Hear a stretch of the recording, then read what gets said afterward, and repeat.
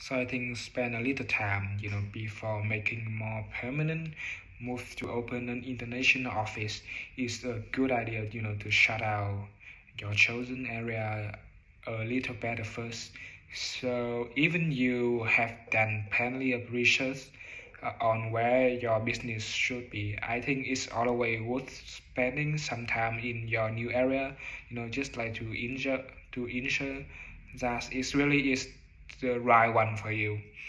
So this might be better done by just like maybe renting in a co-working, maybe co-working space, or maybe researching for a temporary office space while you work through the final details, and this will give you a clearer idea of the working culture in your new destinations, as well as have you think about where you could like to set up a base.